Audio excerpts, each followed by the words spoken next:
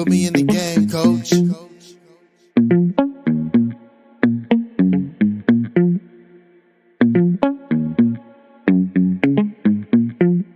We are the last undefeated team in the NFL.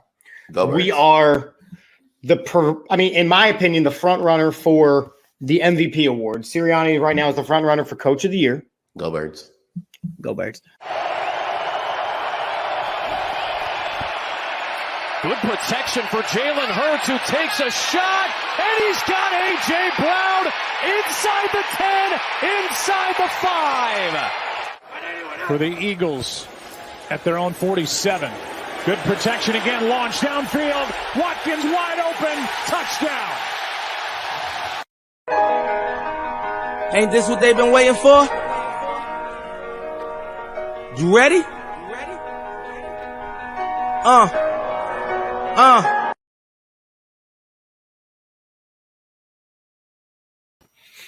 What up? It is Tuesday night. It is the Sports Wheelhouse. We got some things to talk about here on the Sports Wheelhouse. I, of course, am Chip at Chip for the Birds at Umpire Stories, and joined, as always, by the ivory to my ebony or something around, flipping it around. My man, JD, over there. What it do, JD? What up, y'all? What up? So JD, I'm really excited to do a show with you tonight.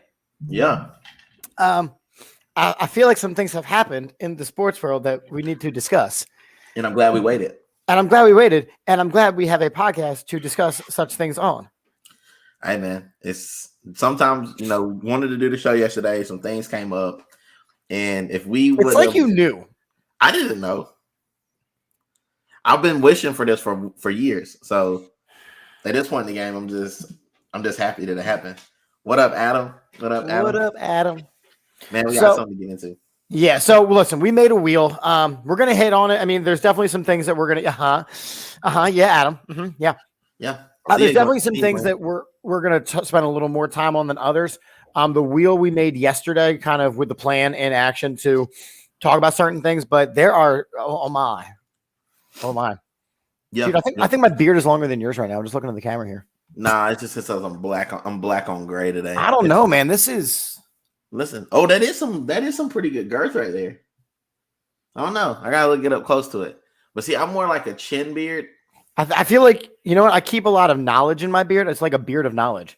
So I'm excited. How far when you pull it down? Do you got like the under beard? Like mine goes pretty far down here. All right, let's stop shenaniganing. Yeah, we're already shenaniganing about facial. How is it? Oh, it's on the wheel. Don't you worry. Okay. So our topics tonight, they're on the wheel.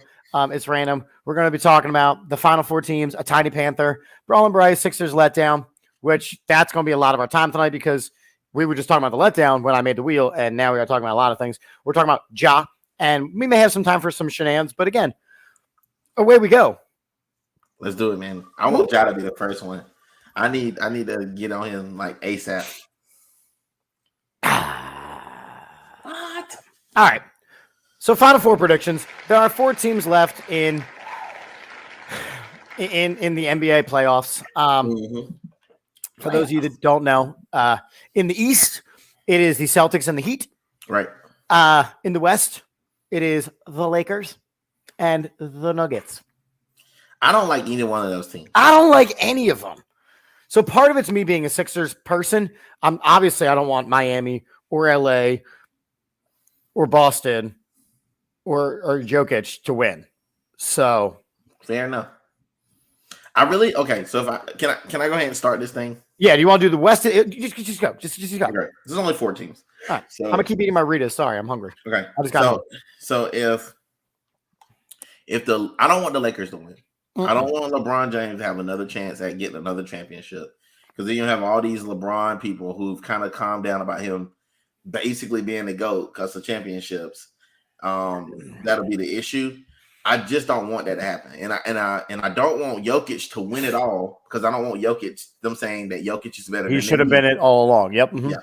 So you don't want that. So like we're in a tough spot, and then on the other side you have Boston, who I despise. but I'm very, very impressed with Jason Tatum. Like, and I'm a Duke fan, so Jason Tatum had the single best Game 7 in NBA history. Oh yeah, for sure. And I remember they kept that all the knock was that he couldn't perform in the playoffs, which is the same knock they have on James Harden now, which they're not wrong about. And then there's some talks about possibly Jimmy Butler getting one. And I'm not opposed to Jimmy Butler getting one. He's been trolling the Sixers lately, so I've been kind of peeping that lately. So I'm a little perturbed by that, but at the same time, like, we deserve to get trolled after we put up that performance we had. So here's my take on it, on the Final Four teams, and then we can kind of make our predictions. I mean, obviously, I do not want Boston to win, but point blank period, Boston was the better team in that series. We talked about it last week that Boston rolled with 8 starters. We rolled with 2.5. The games that we lost, we got blown the hell out. It wasn't even close. Where our stars didn't show. I mean, the Celtics are a good team. They're coming off of a season where they had to replace their head coach, and they're still a good team. Yes. Jason Tatum is putting up numbers that have really never been seen in the NBA. Like, that Game 7 game was I knew in the third quarter when he hit that shot over Embiid, I looked at my father-in-law and I said, this series is over. Don't even play the fourth quarter, because the man couldn't miss. So again, I don't necessarily have a hatred for the Celtics other than, they beat us. But we didn't deserve to win. The Heat is the Jimmy Butlers. You know what I mean? Jimmy Butler is single-handedly carrying that team because that is the level of star that he is. I think the Eastern Conference Finals is going to be a knockdown, drag-out 7-game series, honestly. Over in the West, I think that the Nuggets are the better team overall. Right. I think that the Lakers are kind of playing big when it matters. They beat a Warriors team that isn't up to their usual standard, that they have some in-locker room fighting. Everyone wasn't playing at the level that they normally do.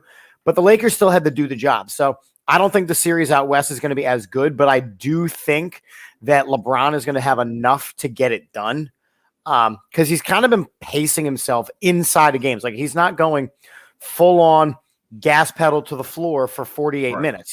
He's been picking his spots, which has worked based on the fact that he's getting a little older. Right. And I think that's going to be enough to get past the Nuggets. And then whoever comes out of the East is going to slap the Lakers in 5. Yeah. Okay, my prediction is a little different. So I'm going to go Denver coming out of the West. Okay. I just think Denver has more talent.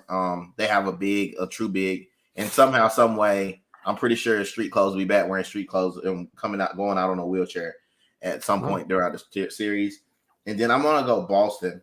As much as I really hate, much as I really do have a disdain for Boston, I do have a lot of respect for Jaylen Brown and for Jason Tatum for the way they've been able to stay together throughout the bull crap that's been going on and people wanting the people to be traded and all that. Yep. They haven't listened. They stayed the course, even with old Horford. So I think that at the end of the day, and I kind of got a feeling about him too, because he didn't do any of that stuff that he was doing with them. He picked his spots though, right? He was always that perimeter shooter who, when he has to get inside, can beat people up. But with the way that the Celtics roster is built, he can be that shooting 4. You know what I mean? He doesn't have to be a get in the paint kind of center, because they've got Williams. They've got who's the other captain? But what's weird about it is they didn't need him to be a center while he was with us either, because we have Joel Embiid. So I'm not really sure. But Joel Embiid isn't a center. Joel Embiid is a big man who can shoot, and if he wanted to get in the paint, could be dominant. I'm with it, I guess. So I got because I don't want Jokic to win it. I got Boston winning it, taking the championship, with Tatum winning the first of many championships. Yeah, in Boston. Yeah, so I got Boston coming out of the East. I got the Lakers coming out of the West, and then I got Boston in 5. I like that. I mean, I hate kind of. Only way I think it changes is if Jimmy just completely takes over that series. He's going to have to average 40 a game. I mean, I'm not saying he can't. I'm just going to be honest with you. Jimmy in the playoffs He said Kenneth is saying Lakers will win it all. I just don't see LeBron having enough, man. Unless he just cries his way the entire time, which he could possibly do, and just cry for calls and cry for calls and cry for calls, fall on the ground. I got a feeling he quits on his team in the finals. I think they're gonna get beat down pretty bad and he quits on them. If the Lakers do get in, I'll be honest, I want the Heat matchup. I want the LeBron Jimmy matchup in the finals. I think the best NBA finals that we have are when you have those clear-cut superstars going back and forth, back and forth, back and forth. So Adam here is saying he's got the Heat taking it over the Denver Nuggets in 7. And I mean, that's good for basketball. It's two teams we haven't seen in a while. I would really like to see, but we saw Boston last year. So it really is par for the course. I really would like to see the Heat. I really would like to see Jimmy make a historic run. And I would like to see Jimmy go ahead and win one. It just would make the most sense because we really got cheated the year we had the triple doink that we should have won with Kawhi. So they got beat up in the bubble. I mean, that's. Yeah. I do think that Jimmy Butler has enough to be an NBA champion. I think LeBron at this point is kind of fading out a little bit, and his style of play is working. But the West is not nearly as competitive as the East. Yep. It's not as competitive. It's not as physical. And I think that whoever comes out of the East is going to out physical the Lakers. Okay, fair enough. I'm with it. All right, so I'm going to go ahead and give you this and throw this back up there because now we got some stuff that hopefully we get to. Oh, yeah. Hold on. Oh, yeah. There we go. It's a spinning. Hold on. Let's go. What can we get? Do you want to skip the shenanigans? I kind of want to skip the shenanigans. I mean, okay. We got so much. How about we hit Ja now because Ja's right above it. Yeah, but the problem is I can't remove him from the wheel. Then if we get to Ja, we'll just do something else. It's our show. We do what we want. Plus, it's all. I gotta click it again. I gotta click it again. We're not gonna get it. I'm telling you. All right. JD. Big screaming. Okay. Because I remember what I wanted to talk about, and we got an issue in the country right now. So right now we're talking about umpires again. I am a high school and a little league baseball umpire. Sorry, I mean big. I'm sorry. There we go. Sorry, bud. I am a little league and high school umpire. So I am around baseball pretty much every single day. Right now, there is a common sense crisis in baseball. Common sense.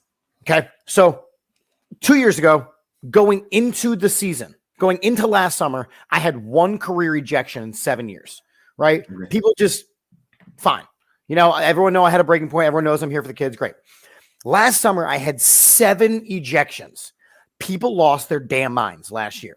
And now you look nationally where umpires are getting assaulted. There was a game down in Florida where a 65-year-old former veteran umpire was getting a drink of water and some guy's father walks around and sucker punches this guy in the face. He was arrested, charges are pressed against him. This happens all over the country. It is now a felony to assault an umpire. And yet it continues to happen. I'm not laughing because it's funny. I'm not laughing because it's funny. I'm laughing because no, it continues to happen.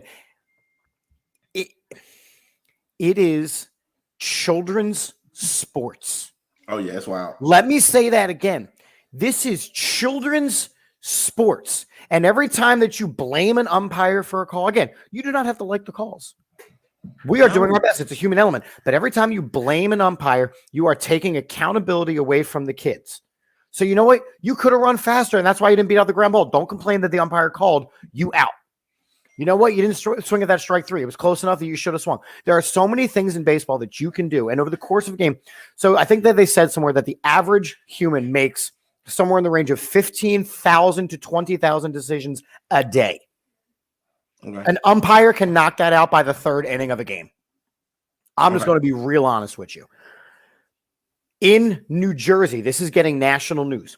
In New Jersey, one little league organization is having such a problem that if you have a issue with an umpire and you complain and you get yourself ejected and blah, blah, blah, blah, not only are you removed from the stadium, you, the parent, is required to umpire 3 games before you are allowed to watch your own kid play again. Wow. Yeah. That's facts. I like that. I make anywhere between $60 to about $87 a game. That's pretty good money. It's decent money for 2 hours of work, 2.5 hours of work. At no point did I sign up to be assaulted, verbally berated, and told that I'm stealing things from their children. Mike's comment says, problem is the parents think their kids are perfect. As a coach as well, there are times where umpires get it wrong. And if it is a rule, I feel okay correcting the umpire. Hey, right. You misapplied the rule. But at every play meeting, I say, hey, I want to remind both coaches, fair and foul, safe and out, balls and strike, catch and no catch are judgment calls and are not arguable. Meaning, in my judgment, I see this. And that's it. If I have a partner, we can discuss it. But what I will say, I'll talk about that in 1 second, Adam. But what I will say is that in most games at this point, we're playing solo umpire. So they've got to cover all the field. You know what, coach? I'll be honest. I was watching the ball. I didn't see whether or not your guy left early. I don't have eyes like an octopus. I'm sorry. It is crazy to me how so many people want to blame umpires and then cross the line. Look, we know authority people are always going to argue with authority. It is a human condition. Facts. But you never cross the line and assault another human being. Not over no sports. Not over sports. Now, mind you, there are bad umpires, right?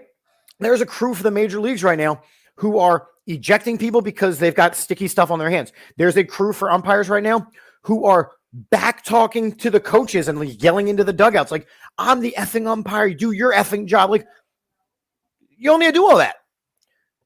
Making players take off the wedding rings in their glove hands that are rubber. Let me say that again. The glove, which covers it, they have a rubber wedding ring. And if you don't take it off, I'm going to eject you. There are guys, and I call them grumpy umpies. Grumpy umpies. Grumpy umpies who take it too far, who go, I am the law. These are my rules, my field. We get it. They're bad umpires. I get it. Yeah, Adam, to your comment, right? Put Adam's comment up for you. What I don't like is how one umpire calls a pitch a strike one inning, and then the same pitch later on they call it a ball. So what I will tell you is this. The best thing that you can be as a plate umpire is consistent, right? If I call something a strike in the first inning, I'm going to do my damnedest to call it a strike in the second inning and the third inning and the seventh inning. And I'll say to catchers, I said to a catcher on Friday, I'm like, well, I guess I have a higher strike zone today because for the first two innings, I called a little bit of a chest high strike rather than a letter high strike. And that's okay because I called it in the first inning, the second inning, the third. When I walk onto a field, if it's a league that I do a lot, I have not even done a single pitch. I will walk on. The kids go, oh, it's Chip, which first off is pretty cool that like I'm the umpire they want to see. And then they turn and they go, he calls the outside strike. So not only am I being consistent inside the game, I'm consistent game to game and week to week. Yes, the Yankees coach was ejected yesterday, and the Yankees relief pitcher was ejected for having a foreign substance. He will get a 10-game suspension, just like Max Scherzer did. My point is this. Umpires are human. Umpires are human. Now, most umpires, this is a graying profession, is what they call it, because all it is doing is getting older. The problem is that when you start to get 55, 65, 70, 75, and you're still umping, some of the things to go are your eyesight and your judgment. And these are the people still calling games. I know. With the two things that you really need to be a good umpire. At 36 years old, I am in like prime superstar position. In fact, some breaking news. I made the decision last night with Mrs. T's approval. In August 24th, I'm going to go down to Norfolk, Virginia for a one-day professional baseball umpire training evaluation. And if I do well enough, I will be invited to become a Major League Baseball umpire in January. Whoa, that's huge news. I'll go that's through what it. you should have led with.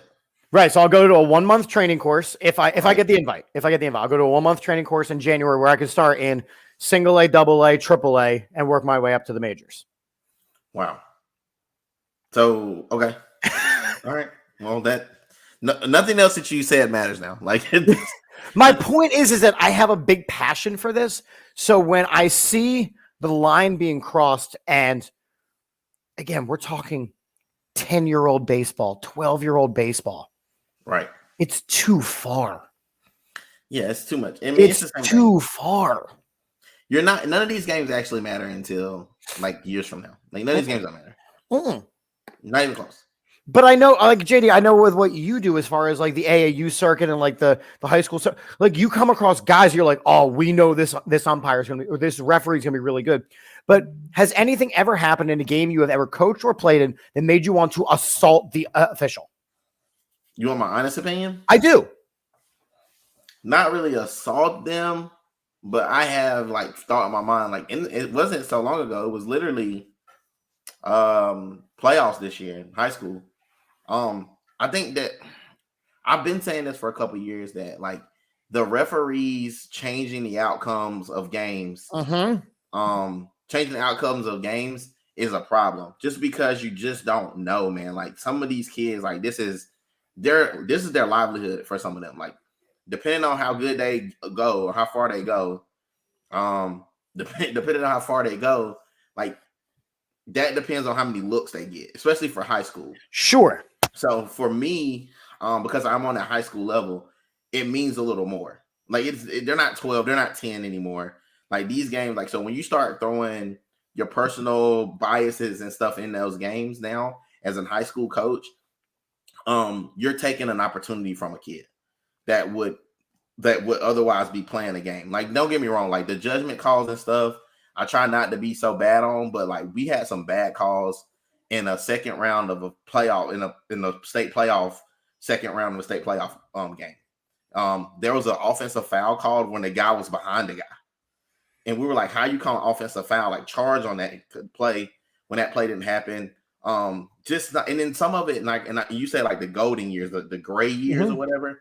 So for basketball, and we've been seeing this in the NBA, like you can't be an out of shape guy trying to call basketball. No. Because you have to be able to get out of position. You have to be able to, get in the spot to make the call. And what we're seeing now is on the high school level is that these guys can't keep up with the speed of the game. So they're making bad calls right and left. So there was a time where I never wanted to assault a referee, but I have really wanted to let him know where he could go. Absolutely. And I think that's just where I'm at with it. And you knew the line that you couldn't cross. Yes, Adam, Joe West umpired too long until he finally retired. But Joe West actually carved out a little niche in the umpire world where it's the Joe West umpire equipment, Joe West umpire school, Joe West this, Joe West that. Like he's one of those guys that you know by name. Angel Hernandez is another very famous major league umpire for being downright awful. And he's kind of silently retired. He's done one major league game this year. One, because he's that bad. So they are doing what they can to replace it. They replaced a bunch of guys. The average age is around 55 right now to be in the major leagues. And the average salary is $235,000. Oh, so that's pretty good. Right, which is significantly more than I make as a teacher. All right, well, so if we get that, we're done teaching. All right, fair. So again, I wanted to go on an umpire rant because again, it's crossing the line into being unsafe to do the job because people have lost their damn minds. People are saying good luck, Chip. I hope you do get it, man. Thank you, appreciate it. I'll be honest, I'm kind of nervous, kind of excited to do it. Here we go. Come on, give me Ja. Oh, here we go. Get me, make me big, baby. Give me a shot at this thing. All right, guys. So we all know that the 76ers just ate crap. Like just completely crapped the bed. Just a complete letdown. With your boy Doc coming out of nowhere and just screwing this thing up, man. Like So there's a couple different blame. There's a couple different blame to go around. So can we just knock out the doc stuff and everything all at once? Do it. Let's. Okay. The doc is out. Okay, so Glenn is out. I'm happy about that because I believe that Glenn is half the reason why we're in the position that we're in. But he's not alone. He doesn't share the blame alone. There needs to be a couple more fires that need to happen. The second fire needs to be Daryl Morey. I've been telling everybody for the last 3 years, Daryl Morey was making this team into the Houston 76ers. It didn't work in Houston. It's not going to work here. All those guys are like 96 years old. And on top of them being 96 years old, they're old. They all need to be greased up. They all need WD-40 on their knees. Like, and the problem with PJ Tucker is, PJ Tucker, if he was a fighter, he would only have one move. He only can go to the corner and shoot the ball. And half the time, it's a hit or miss situation. So I'm against PJ Tucker. Next fire that needs to happen, and this could be a player and a coach situation, you need to fire Elton Brand because he was there and brought in Daryl Morey and Doc Rivers. So you got to fire him too. So he's not without fault. And then you need to go right down in there on that starting lineup. You need to pluck Tobias Harris, overpaid behind out of there because that dude's an expensive paperweight. Like, he's an expensive paperweight. James Harden, expensive paperweight. They just got all these guys. So then I say you wipe the thing clean. Like I've been said it before. You wipe the thing clean. You try to see what you can get, but you keep winning so much that you can't get any good draft picks. So now you're out of draft picks. You're out of ways to make the team better, and you don't have any money because you went out and got overpriced players. And Tobias Harris is making a lot of that money, and he's not worth it. He's a max player. Yeah. Trash can juice. I think he averages like 10 points per game. So I'm against the whole thing. And then if somebody said, who can we blame more, Embiid or Harden? I don't know if you can blame Embiid. Embiid is battling injuries. Some of it is just fatigue in general. Because he's been trying to play full years so he can win the MVP for the last 2 years. So he finally got in shape. He finally got healthy. He played 2 whole hard years. They screwed him for the MVP. Then the 1 year when I really don't think that he deserved it as far as points go, but I think he's had better years, although he gets the MVP this year, and then they underperform in the playoffs because it's just a fatigue. Harden doesn't have the energy, so he can't do what he can do. And if it took James Harden to have to score 40-something points for us to win, we were in bad shape to begin with. He was more likely to have 20 turnovers than 43 points. So that's another point. And then we got some other people checking in. What's up, Martin? We got Harden's numbers, days are numbered. Yeah. So I have so many thoughts. Go, please. Just start. I have so many thoughts. So let's start with the Doc situation. He's the worst. Doc Rivers, and they caught him on camera with the microphone, where when you call a timeout and you're going over what you need to do for the next offensive and defensive set, normally you have some kind of play that you call. Doc Rivers rasped his way to a rah-rah speech. Come on, guys, like, don't you want to play better? Like, there's no coaching that happens there. Doc Rivers, again, we've said this, won a championship with a series of Hall of Fame players. I could have led them to a championship. So Doc Rivers was never the right hire 3 years ago. Let's just start there. He was never the right hire 3 years ago when you needed to develop the talent that you had. Now, one thing that I noticed in that Game 7 especially is that Doc Rivers does not make adjustments because, number one, he didn't have the bench depth to do it. I'm sorry, if you're relying on Daniel House to provide a spark off the bench, you don't have the depth to do it. So that's number one. But the problem is Montrezl Harrell too, didn't we? Yeah, he never checked in. What ended up happening that infuriated me is it came to spacing, right? So we knew that whenever Joel Embiid touched the ball, he was going to be double teamed. The double team was going to come from somewhere. We knew that. So why did you continue to call the only play you have, which is the high pick and roll with James Harden and Joel Embiid, so that you would end up having 3 to 4 defenders in one quadrant of the court?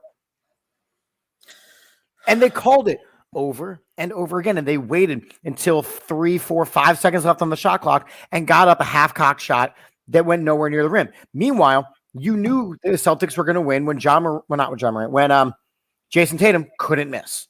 So the offensive sets were atrocious. The defensive sets were atrocious. You didn't hustle. You mentioned the Joel Embiid being exhausted thing. Yeah, he wanted to win an MVP, so he had to play a certain amount of games. But for the last 2 seasons, what that has meant is he is exhausted by the time the playoffs roll around and not his best effort.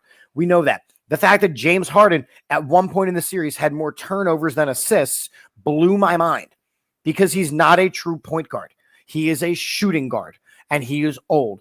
And by the time he would put up 45 in a game, and it was incredible, what would end up happening is then he would be dog-ass tired, and every one of his shots would come up short, and he would make bad decisions. Maxey was missing shots. Tobias Harris, when he took shots, was missing shots. They relied on the three-point game. At one point, they were 8 for 32 in Game 7 on three-point shots. So Coach Chip goes, stop shooting the three. It's not falling for us tonight. We need to get in the paint and out-muscle them a little bit. Get the ball to Joel Embiid and clear out. But they never did that. They ran that high pick and roll, which allowed 4 defenders on the 2 guys and turnover after turnover after turnover. Yes, Daryl Morey needs to go. Yes, Elton Brand needs to go. Yes, Tobias Harris needs to go. This is not a total rebuild, though, because, again, you've got the MVP of the league. What you need to do is you need to go out and get players that can actually play. Think about it. One of the best players in the Celtics in Game 7 was Malcolm Brogdon. Yeah. Malcolm Brogdon shot lights out. Mike, the thing that I said a couple weeks ago is, to me, the process officially ended when they traded Ben Simmons for James Harden.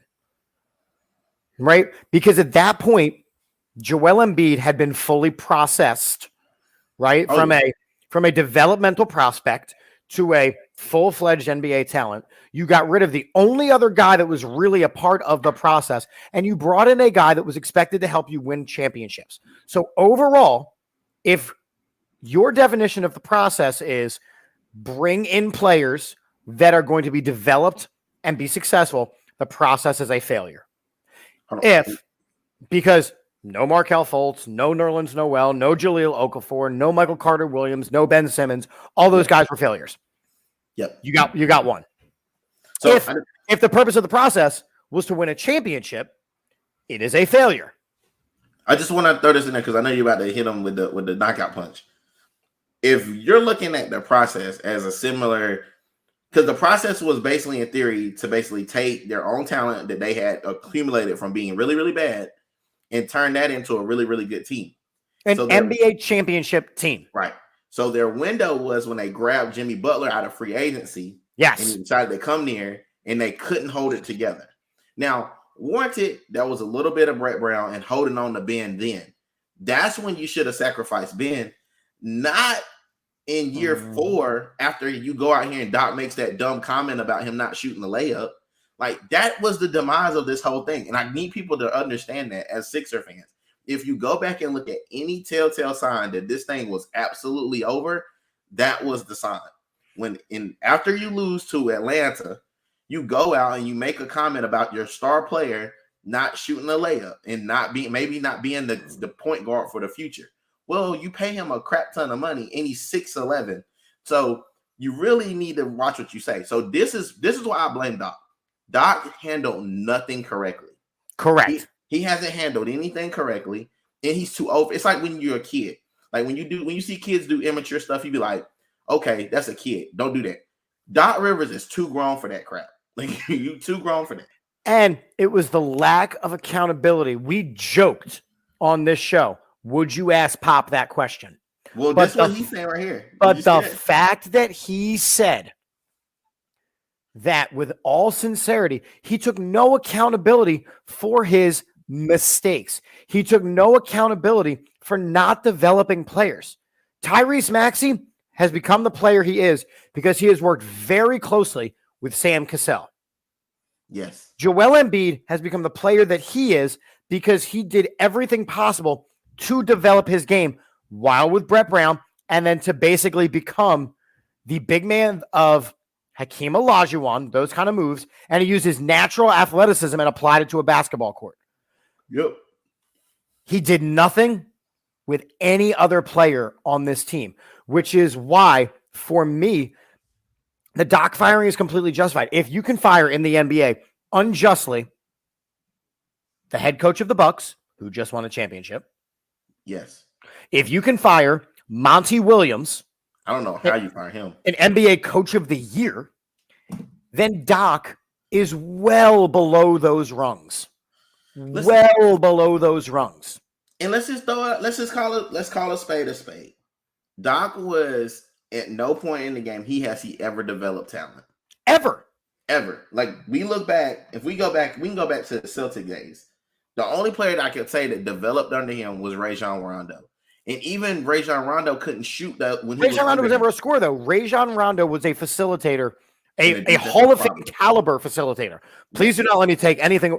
Rajon Rondo is one of the best true passers in NBA history.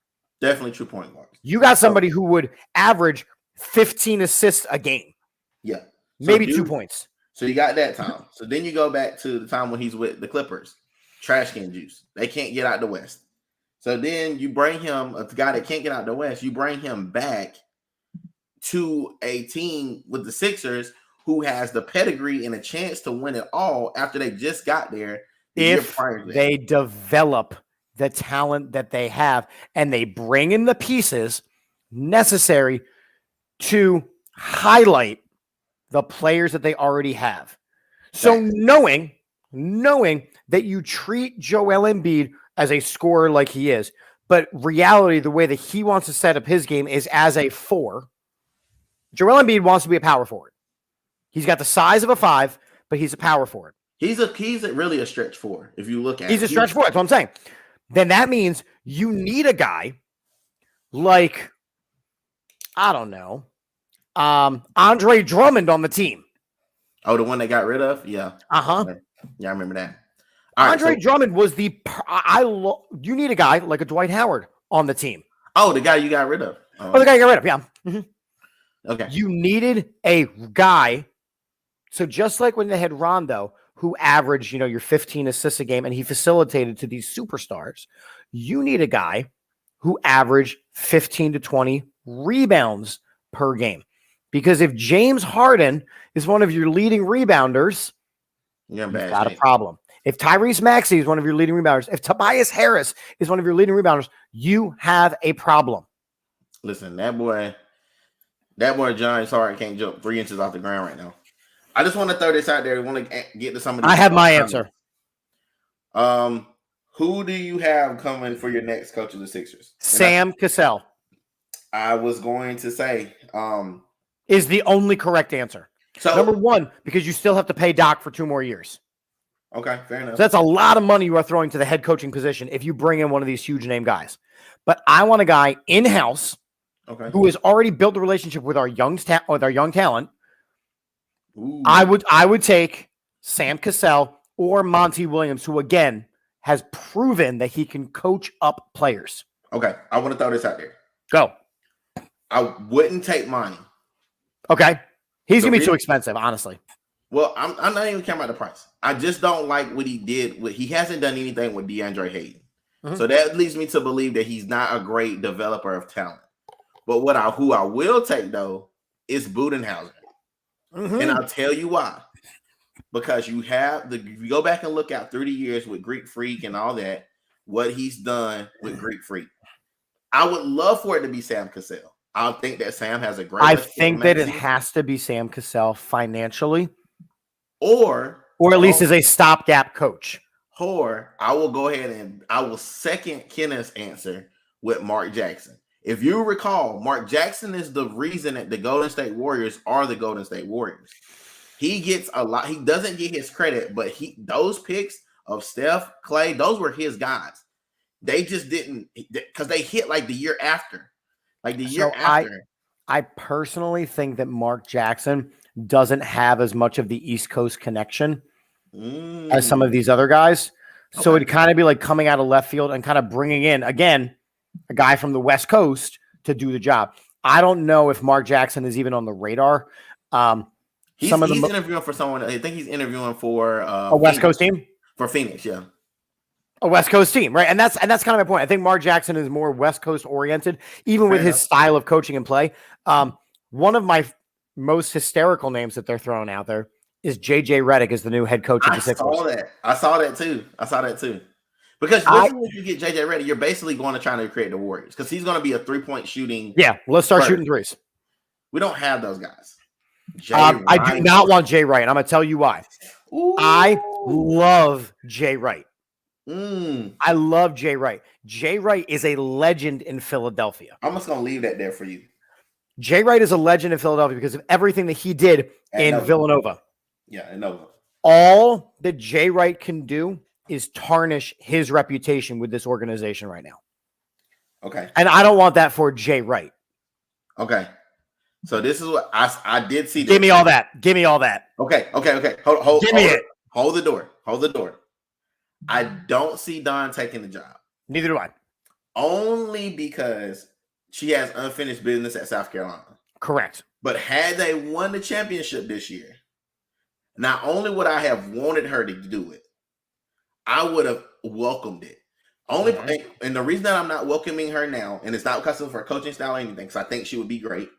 I think I want to see what she does to LSU next year, even though LSU has all those transfers. Because people forget with LSU girls, they got all the transfers, but South Carolina has the #1 player in the nation coming next year. From South Carolina, her name is Malaysia Fulwiley. She won 5 state championships. 5. She won it as an 8th grader, too. She won it as a 7th grader, and she lost 1 year.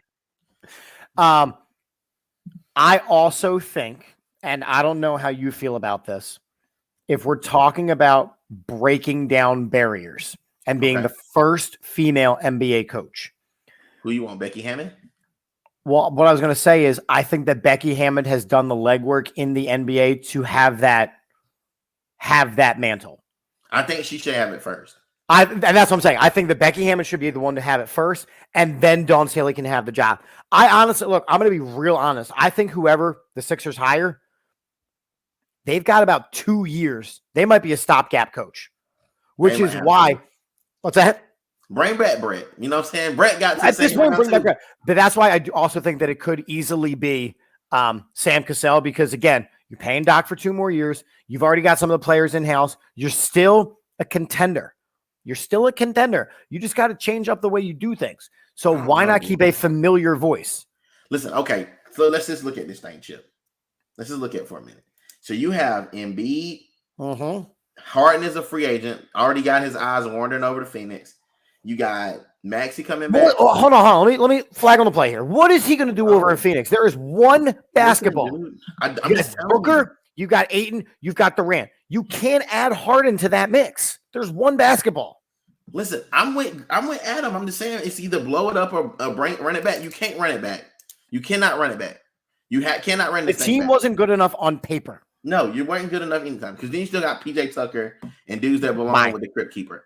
So what you do is I think you Xanax that thing. And I mean by Xanax that thing is you Xanax. You get rid of a lot of this low hanging fruit. Like you get rid of like Harden's contract. You try to get rid of offload Tobias Harris, and then once you offload some of these overly heavy contracts, then the next year you can kind of let Joel get healthy. Like I would even load manage him all year. Load manage Maxey. Yeah, he got his MVP. They're already putting in place numbers of minimum requirements in order to be in the MVP conversation. This ain't going to be the next year, might not be the year for him. So load manage him. Let him play 55, 60 games. Robert, I agree that he would mess up Phoenix. I cannot see James Harden going to Phoenix. I can see him going to a team where he gets to, be the superstar leading scorer again. Maybe I could see. What up? I could see James Harden sending him to Washington. No. I could see James Harden going to Miami to play with. He can't handle. No, absolutely not. Because Jimmy Butler is gonna be the guy. No, we do not want them to tank a year. 2-minute warning. We do not. What we are saying is right now they are in a limbo right now where they're gonna have a new coach. They need to turn over some of this old roster. And we are not sure what next year is going to bring. Listen, everybody's saying, okay, So let me just answer this. So real quick, because some people miss this as they coming in, and this is a. And first off, thank you all for coming in. We're having a great time out here. This is a great part to come in on. But we're talking about like having all this dead weight on the roster. We clearly don't have any bench. We basically had no bench, even when we had Jimmy Green, Jeff, whatever. Jamaica. We had Danny Green. Oh, Danny Green. Okay. With the bad knees. We were even bad then. So historically, we haven't had depth. But at least back then, we had a starting lineup that could score a lot of points. Right now, we don't have that. James Harden is a 143-point game away from complete death. And I'm pretty sure that wherever he goes, it's going to be the twilight years of his career. Same thing. Oh, they're putting him out the pasture wherever he goes. Yeah, it's he's in the Chris Paul era of just like, I'm just here so I don't get fined. And so then you got Joel Embiid and you have Tyrese Maxey, which could be a cornerstone of whatever you're trying to create. But you don't have any great draft picks because you've been winning. So you haven't even been able to lose where you can get high enough in the draft. Mm-hmm. Then he says, don't bring Harden back. You can sign anyone because we are over the cap. Yeah. Yeah, I know it's Al. I know it was you, but I'm saying like you cannot do anything about what's happening because it's a prison of our own making with bad decisions with Daryl Morey. And Conaway just joined, and one of the things that it's Dame time. Let's go. Well, so one of the things that upset me the most is in that post-game conference, and again, we talk all the time about how they really shouldn't talk to players when they're being emotional. And Joel Embiid had just got absolutely wrecked in the Game 7, and was still wearing his jersey, but he said, James and I can't do it by ourselves. Basketball is a 5-on-5 sport. And Dame retweeted that and laughed. Like, you've got superstars in this league that can take over. If you are a true superstar, one of those first-name guys, Jimmy, Giannis, LeBron, MJ, if you're one of those guys, Dame. Yeah, then you can take over. Jimmy Butler is single-handedly leading his team to an NBA final right now. We have zero shot of getting Dame Lillard, and I agree, Al, 100%. Dame Lillard is not coming here to whatever this fucking mess is over here in Philly. Can I just be honest with y'all? I told you guys this I told everybody this like 2 years ago. I said we didn't have enough to attract the talent that we need to get. So instead, we went out and got Daryl Morey, which I told everybody was a freaking mistake from the beginning. And we went out here and got him. He has not built anything that has had any success. But yet and still, we keep holding on like, oh, he's going to do it. He's not going to do it. He's like, I love Joel, but he's not a superstar because he's not a killer. He has never been. Listen, I've been saying these same sentiments for years. I love Joel. I think Joel should have been the MVP a couple years back to back. But the problem with Joel is he's had the injuries. And on top of it, I don't see him taking over when the games really matter. Like in the regular season, that doesn't matter. Like us being the number one seed the last couple of years coming out of the East has not mattered because those games don't matter until the playoffs. Yeah. The biggest issue, I mean, look, he's superstars rise in the biggest games. Jason Tatum went absolutely ham in Game 7. He couldn't miss. He could not miss. It didn't matter how much your hand was in his face. He couldn't miss. And I said again, in the third quarter, when he hit that shot over Embiid, I said, the series is over. And I was ready to turn it off. No, it's just we didn't get involved in. No, because that meant we would have got Miami, and Miami would have run through us too. Listen, I'm all for like keeping it real. Y'all know I'm gonna keep it a book. I've been keeping it a book with Al for a long time. We've been talking a lot of Sixers ball for a couple of years. There was no scenario with this particular team that we got to the finals that we got the second round. There was no scenario. And if you did think there was a scenario that this happened, you were living in a fantasy world you were living as a fan, which again, I wish I could do more of. I do. It's 43. James Harden had to score 43 points. I look back, he's only scored 43 points in the last 5 years, 4 times. Out of 7, that's 100 and something games per year. He scored 43, 4 of those times out of like 400 games. Like, y'all, like, we just need to be honest about this thing. James Harden ain't it. It's time to get it. I'm not even saying let's go back to a rebuild because you still have some value there. But if you with no money, no way to sign anybody, you have a trash GM, a trash player development person in Morey who only wants to go back and get players that he's comfortable with. Like, then we're not going to do anything. This is a wrap. So put up Mike's most recent comment, right? Going back to player development, how about the failure to develop Thibault? Could have been one of the best 3-and-D guys in the league. He would have been. So here's my thing. Back when it was, who do we keep, Simmons or Thibault?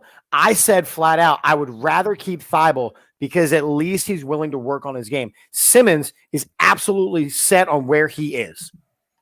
And I was laughed at in multiple rooms and multiple scenarios. I was told I know nothing about basketball. Matisse Thybulle is a great defender who was willing to put the work in. And again, Doc refused to develop that. He buried him on the bench. He put him in positions that he didn't belong in.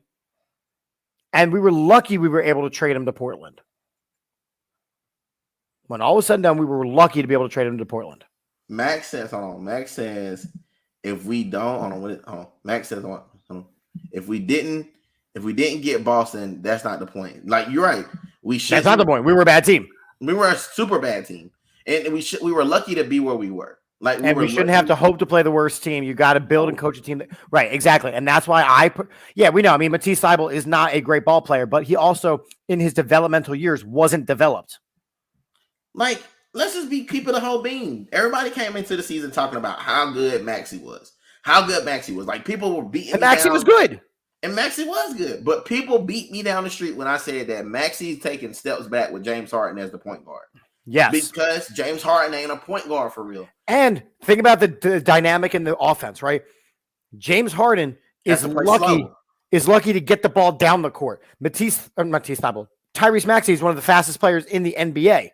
So you're either going 600 miles an hour or -6. Listen, I don't know if you guys know this or not, but if you're not pushing me forward, you're holding me back. So I'm just telling y'all, like, you got a kid that you need to take the training wheels off of. Let him loose. Let Sam really do what he's going to do with this kid. And let's just see what happens. Like, that's the only thing we can do at this point is just see what he's going to do. But signing these 55-year-old freaking veterans, that's where we go. Signing 45-year-old PJ Tucker and grabbing every player from the freaking Houston Rockets except for Clint Capella. Can I tell you what my biggest fear is?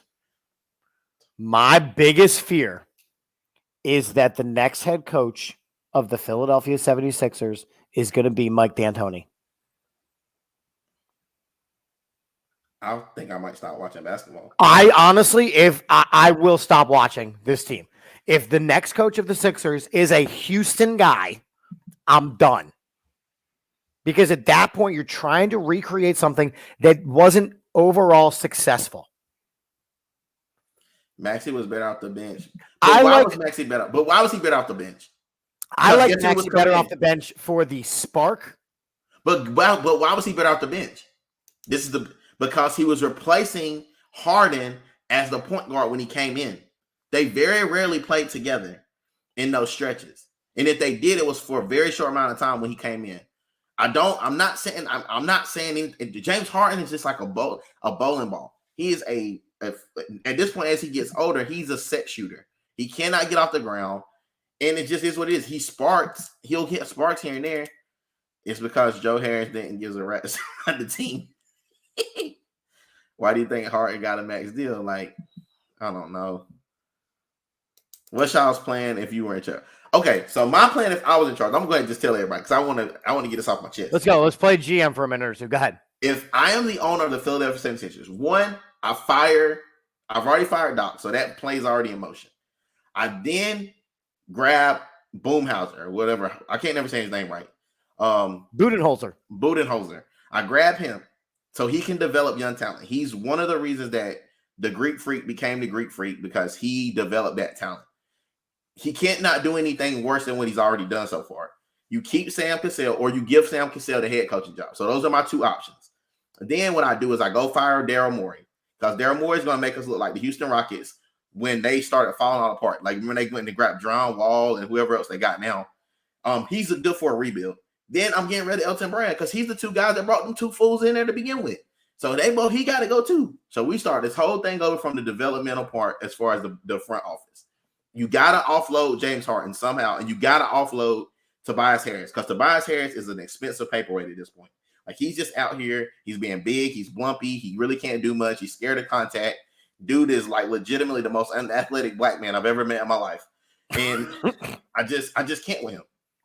So I don't know. That's what I would do, and I would just start trying to find some young talent that's you can get for rookie contracts.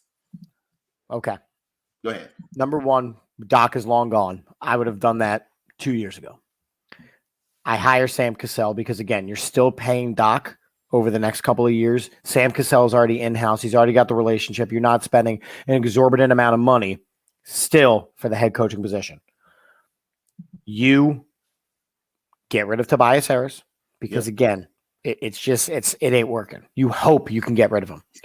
You have to bring back Harden, in my opinion, only because you do need the idea of two superstars, but it's got to be on more of a team-friendly deal than it is a Harden deal because the numbers just are not there. You push for Maxey to have more playing time. You re-sign Milton, and besides that, you get a straight-up center. Yep. Right? I'm talking like one of the Lopez's. These or guys. You go to Europe. Just grab one of them young dudes. Yeah. I'm talking about getting like a Lopez-type player. I don't care, Brooke or Robin. Get them both. You know what I mean? You're talking about getting some 7-footers that can get you rebounds. You need a straight-up shooter. I need a killer shooter. Get me a Tyler Hero. Get me a Duncan Robinson.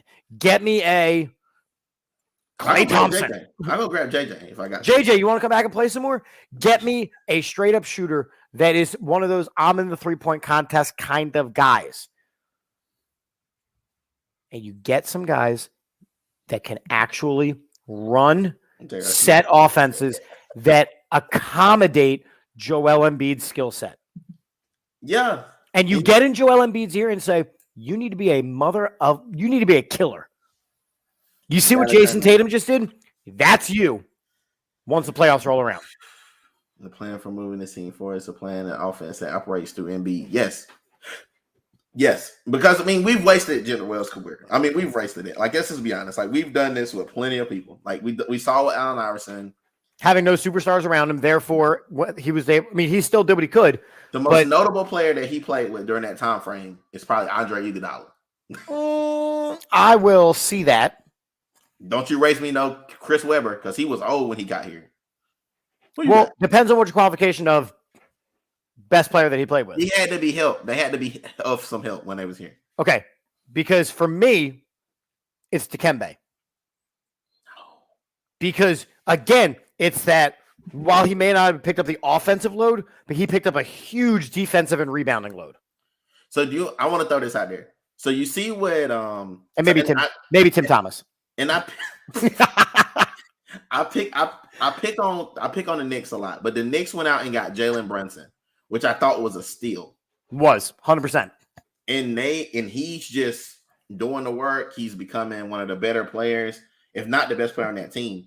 Why don't we have guys that do that? Why don't we have guys that we go grab and then they end up becoming like the best player on the team? You know what I'm saying? Because we get them at where they currently are, and from there they just digress because we don't develop players. No, we had no chance of being no shot. The Celtics rolled in with 8 players on their team, on their bench, like 5 starters and 3 bench guys that could all be starters in the NBA. We had 2.5 starters on our roster. And then you got Malcolm Brogdon. They grabbed Malcolm Brogdon. Like, we have not found a gem. We haven't found a guy off the bench that can really fill it up. Like, even if we found a guy like Jamal Crawford or like what's my man, Lumen Pepper Lou, like anybody like that that's a sport, like just a straight score, like a bucket. You're telling me George Niang ain't that guy? What? You're telling me George Niang ain't that guy? I'll end this show right now. You're telling me Furkan Korkmaz ain't that guy? I would have took Furkan Korkmaz. I love Kork. That's my boy. But again, not developed. He came from Turkey being this stud. Listen, we're going to win 25 games no matter what. This team stinks.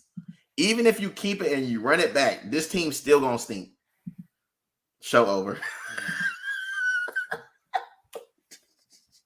Listen, man, these comments is again. First off, and we've been on the Sixers tip. We knew what it was going to be. Mike, Max, Al. All you guys are rolling in with comments. We agree, Kenneth, and we agree. We are frustrated. This team had a golden opportunity and they messed it up. agree. When they traded Bridges, who was just excited to be home, for Zaire Smith, who's out of the league, it is bad decision after bad decision. And Kenneth, to be honest, to this point right here, it wasn't no accountability. Like this, I mean, your comment is an old school comment, and I'm with it. But that wasn't that bad because Lynn didn't make it past draft night, so that wasn't.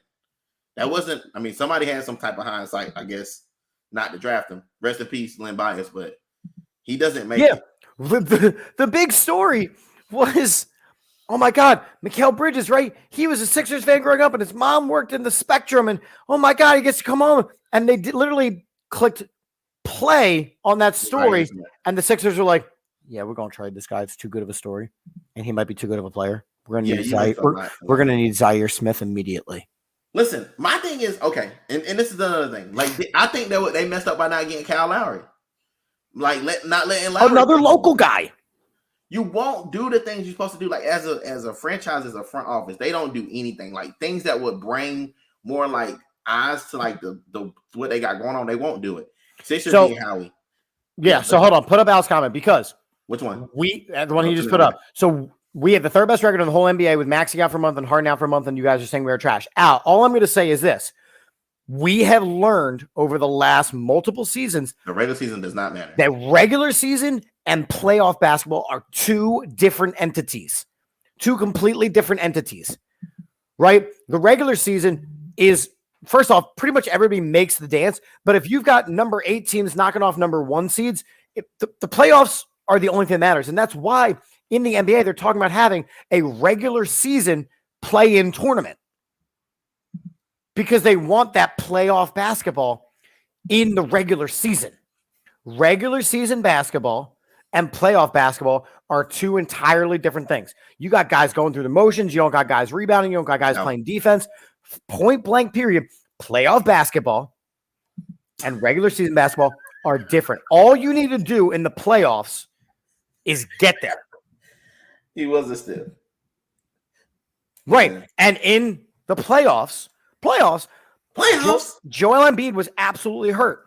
But it was because he did want that MVP, so he pushed himself to play as much as possible in the regular season so he would qualify for the award, because the knock on him is that he didn't play enough. I'm telling you, next season, I would not be surprised if Joel Embiid is only active for 50 to 55 games. And you don't need him to be active the whole season. Because if we want him at his best, he's a U10. They're not how to get better seeding. Al, I don't think that they would have won if he was 100%, because him at his 100% against Tatum's 100% and Jaylen Brown's 100% and Brogdon's 100% and Williams 100% and now Horford's 100%. There were 8 starters on the Celtics. 8. Listen, and we're not talking about like a Jimmy Butler 100%. Like Jimmy Butler's 100% could beat the Celtics. Listen, I'm just gonna be honest with you. I am telling you this right now. The year that we had Jimmy Butler, we had Joel Embiid, and we had Ben Simmons. The best player on that freaking team was Jimmy Butler. And they all submitted to him in crunch time. And it paid off. The only reason that we're sitting here having a different conversation is because the triple doink with Kawhi. If Kawhi never does this, Kawhi's the reason that the Sixers are in this mess. It's Kawhi's fault. In reality, it's Kawhi's fault. Like, we all talking about all this, but this is Kawhi's fault. We should all blame him. He single-handedly in one shot killed the complete Sixers franchise. He killed the whole franchise with one shot. And so we're all sitting here going through this, but at the end of the day, we don't have a closer. We haven't had a closer the whole time. And Morey thought that the closer was a 45-year-old guy with a beard that looks like he's been 50 for the last 10 years. Like, that wasn't the guy. We should have went and got us a closer back then. Are y'all giving? No, I'm Al. We can't do this. We can't go back and forth about this. Like, the proof's in the pudding. They let a guy score 51 points because they put a 45-year-old guy that can only shoot jump shots from the corner on it. PJ Tucker is not who y'all think he is. He was a bad choice when we signed him. He was a bad choice. He was slow and old 5 years ago. The team got worse. So again, I say this on every show I'm ever on. I judge a team all season by one simple question. Did they get better than when they walked off the court for their last game? Did they get better than when they walked off the field for the last game? The Sixers got worse from when they walked off the court from last season to this season. They got worse. So from here, it's a big decision. There's a lot of decisions that need to be made. I think the Sixers will make the playoffs next year, no question, because, again, there ain't nobody else. There's nobody else. The East is trash can juice. Right. But are they going to get out the second round? The thing is, we cannot get out the second round. Even with these players and these great teams, we have not been able to. And if you want to be honest about this whole situation, we talked about how great of a coach Doc was. God did no more than Brett Brown. Brett Brown got us out of the second round, into the second round, double doink, like triple doink, whatever you want to call it. Like, he did that. So I don't see Doc doing anything that Brett Brown didn't do. Right, because he didn't develop players. So it is what it is, man. It's my dream. I let Brand go, let Morey go, let Brand go, sign Myers, do whatever he thinks is best. That's a dream. I don't know. At this point, I'm just my heart is hurting. Let's move on. Yeah, because they got absolutely whacked. Point blank, they got whacked. Yeah, I mean, it seems very likely. And we got two quick shenanigans and a jaw. Are we about to? Oh! All right. So close. Don't take the screen down. I'm just going to show you a picture, and this is going to take 30 seconds or less. But can we talk? And you got to be looking at the guy in the red, so you got to make sure we point them. So the guy in the red. Oh, I'll make that one big. Hold on. Yeah, the guy in the red in this photo is Bryce Young, the new starting quarterback of the Panthers. The gentleman in blue that you see are the rookie offensive linemen for the Panthers. No, this is not a doctored photo. Nope. When we talk about how small Bryce Young is and how his size is a factor, he real tiny. That man is smaller than the average bear. Hold me closer, tiny panther. You know how people make jokes about my quarterback having small hands? Well, that guy's got a small body. So I can't wait for them to run the play where he just sits on the shoulders of the running back and the running back runs and throws him over the line. Or they just run him out there and just let him run behind the offensive line like a running back all season. Yeah, like how Boston Scott's super successful because you can't see him. Yeah.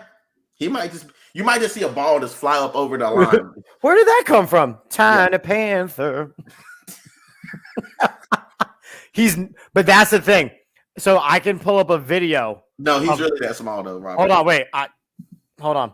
Let me take your screen down so that way. Yeah. I'm gonna pull up the video of this so you can see just how small he is.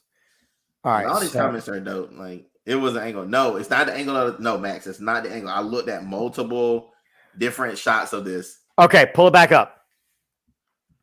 So, are you good? Yeah. So this is the play that they took the snapshot from. Dude, he's standing straight up. No, he's really that small. He's really that small compared to them. Nah, he's a I'm gonna pause it. Hold on, right. Hold on, get ready. Get ready. Oh, right. Yeah. He's even smaller than the coach. Look at the backup offensive lineman that he is 3 yards away from. Yeah, he's super small, man. Like, it's at this point, like he might be the same size as Allen Iverson. Then he's bigger than Tua. I don't know if he's bigger than Tua. I really don't. I don't know. You think if we had them, we would have beat Boston? Yes, we would have beat Boston. If we adding on to Harden and Embiid, yes. Max agreed. The Celtics. People are still talking about this. It's not. He does look like a youth QB. He looks like a Make-A-Wish kid whose dream was to run a play with play quarterback for the Panthers for a play. Yeah, they're gonna get blessed from this because anytime you put a kid in there out there to do this, that's what. Yeah, I'm pretty sure I just got us canceled for calling Bryce Young a Make-A-Wish kid. He is the farthest they should have took my book out. Nah, because CJ Stroud's gonna struggle too. Listen, I don't see anybody, especially where he's going. You know what I would love it to be? I would love the guy that had to wait to the second round with his girlfriend and sitting there like looking like she just like hated him because he didn't get drafted right away. Mm-hmm. I want that guy to be the best quarterback out the draft class. Yeah, for sure. Just because, like, Max, because we are all encompassing here. We are all up and down the East Coast right now. So we welcome all, but Celtic fans are stupid. Yeah. Yeah, we're here for it all. Like, I mean, a lot of rollout passes. I hope that they do. I hope that they do win. I do want Tatum to get his first championship. So at the end of the day, at least I can say we lost to the champion. How it goes, he just can't get hit for the next 10 years. So they got to find him first. Yeah. He's a tiny panther. Yeah, but that boy little is, I don't know what. That boy smaller than, that boy light in the butt. You know, like the TikTok that I'm just a baby. Yeah. Oh, with the cats and the animals. Yeah, I'm just a baby. Listen, I can't do this. So that was one of the shenanigans we had. All right, so it's either we got. I know what you want. I know what you want. You know what I want, man. But you ain't gonna get it. Are you for real, bro? Yo, so on the same exact day, which was Mother's Day, for me, Jokic winning Finals MVP would be worse. Jokic winning MVP, Finals MVP, because the Celtics deserve to win a Finals. Yeah, I don't necessarily want to see it, but Jokic would be like, well, I should have also been in that regular season MVP as well. And his brother's gonna come try to fight Joel in the parking lot of Wendy's. Yeah. So right as the Sixers were getting absolutely curb stomped in Game 7 and putting up no fight, Bryce Harper, who is a true Philadelphian, on Mother's Day picks a fight in Colorado and just starts swinging on people. Now, I want to point out that Bryce Harper is 5 months removed from Tommy John surgery. Yeah, so he shouldn't be swinging that arm around. He shouldn't be playing, let alone hitting home runs, doubles, running the ball out. I mean, my dude is killing him. But then, because the pitcher kind of clapped on him. Facts. Yeah. Your whole fucking organization is trash. Don't fucking talk to me. Your whole organization is fucking trash. Listen, I'm not in the mindset that I would want to run up on Bryce Harper because that dude is a tank, and I'm pretty sure he's on PDs. But false.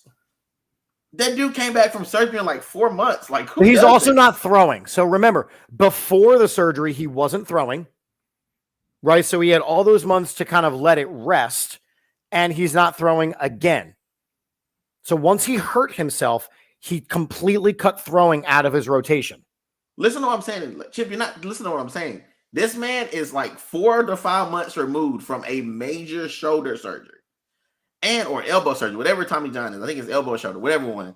It does not matter. You should not be stealing on people or running up and Creed 3-ing people. But my point is this: when the Sixers are showing no fight at the same time, you got to literally at this point a one-armed Captain Hook looking motherfucker destroying dudes because they said something bad about you. Listen, bro, like that's Philly. I don't care, and I want everyone to know: do not take the bait, Chip. I am taking the bait. All I'm telling you is, you cannot be from Philly. You can't have Philly roots and not be like that. You cannot say that you don't like that. Like, I, as a person who is partially Philadelphian for the time that I lived there, I love this because at the end of the day, I want you to know you better not say nothing about me or my teammates, or I got a stiff one waiting on you with these right here. But, well, I didn't mean that like that. That's really... That was gross, actually. Now that I think about it, can't take it back now. Please don't. No one clip this. That was terrible. I got a stiff one for you right here. You know how you remember on Friday when Craig got the gun, and Pops go tell him he's like, put the gun down, Craig. Put the gun down. You fight with these. You win some, but you lose some, but you live to fight another day. That's what he told him, and that's what I felt like Bryce Harper was telling them. You win some, you lose some, but you live to fight another day. You know what I'm saying? But point blank, you're not going to run up on my guys. Yep. I didn't mean to say that, Al. I feel like that was terrible. Yeah, at this point, you just definitely they're going to rewind. So that was at about the 1 hour and 14-minute mark. Nobody clipped that, bro. I'm telling you, do not clip that. Do not put it. We started talking about Bryce Harper and JD at D2N Pods at Kegheads_TM. Oh, what are we doing right now? Responded that the obvious outsider says, if you're going to run up on me, I got 2 stiff ones for you right here. Again, if anyone would like to clip that and post that all over his page, it was at about the 1 hour and 13-minute mark. Thank you. Dude, I got some stuff on you. Yeah, I remember you said some questionable stuff too. I can go back. Yeah, but you don't got timestamps. You got to rewatch all of it. That's fine. I'll rewatch them. Listen, nobody don't clip me. Oh man. Tiny Panther. Tiny Panther. All right. Our final topic this evening. Oh yeah, this is what we came for. And we don't even need to wheel it anymore. Let's not wheel it. We know what it is. It's your boy. Can I call his name out, please? Let me call his name, please. We've now rebranded John Morant as Machine Gun Morant.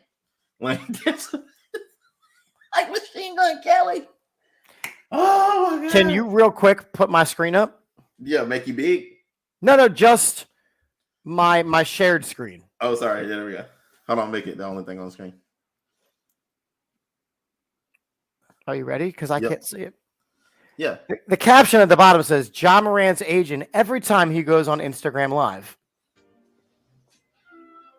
Stop breaking the law,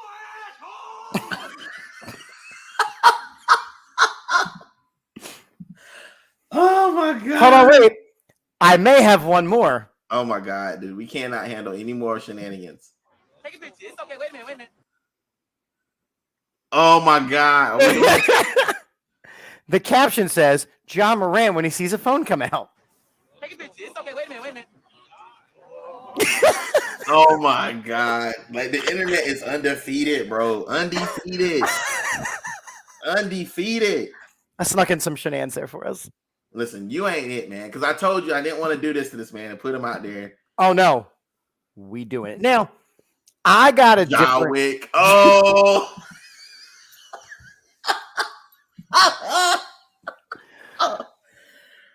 Yeah, Machine Ja Kelly is a real problem. No, bro, I'm telling you, it's you got.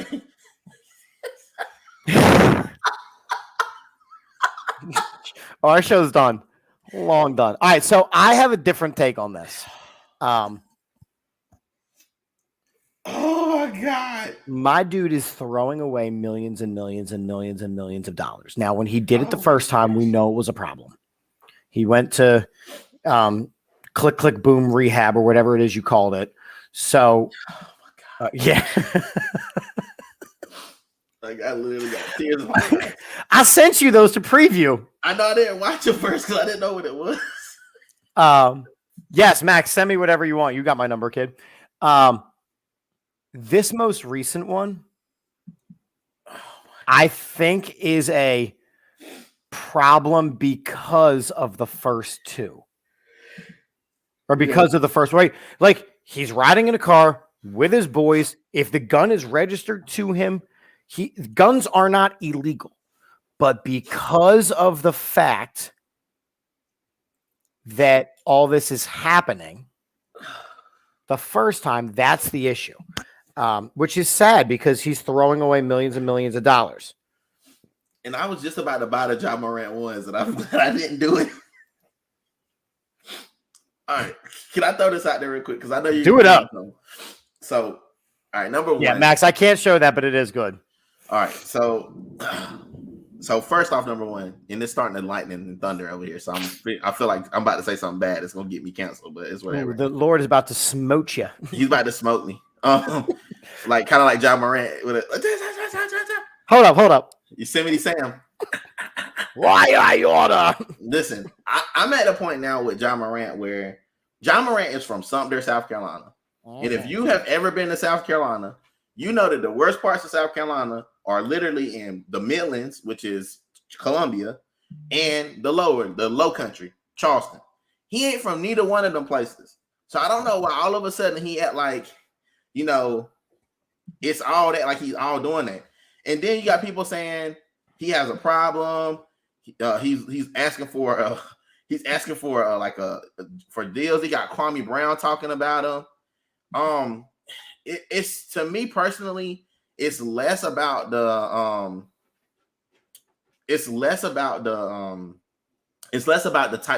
the point that he has guns. It's a part that he's playing with the guns. Yes. Like, why are you like when I was growing up, where I'm from, they always used to say if you pull out a gun, you got to be using it. You don't pull out a gun just to show it. You don't pull out a gun to just show that you cool. Like that's not how. That's even past street rules. Like you don't pull out a gun unless you plan on using it. Like in the military, we don't pull out a gun. It's always treat, keep. Like never point the gun at anything unless you plan on using it. Like why are you playing with guns? Like there's so many guns that go off outside of the joking part of what we're talking about. He's in a car. That car is jerking around. His fingers on the trigger, down the trigger. How he could have hit the trigger, shot one of his homeboys, and then you can't get that guy back. Like we treat people as if they're playing on a video game. Like they're just gonna respawn. Like on whatever the game's called. Like is it Fortnite? Like they're just gonna respawn after 15 seconds. Like no, you shoot somebody with a gun. You play stupid games, you get stupid rewards. Yes. So. We're at a point where we've been laughing about it and making a joke out of it, but Ja Morant is serious need of some help. And I don't think T is the answer. His dad or Usher or whoever, because if I didn't see them two together, I would have never knew that, that was a person, that they were not the same person, but he needs some help. You know what I'm saying? And of course, like, look, we want to make jokes about it because in this country, that's kind of what we roll with. Like we make jokes when we struggle to understand something. So like if you put my screen up right now. Yep. Hold on.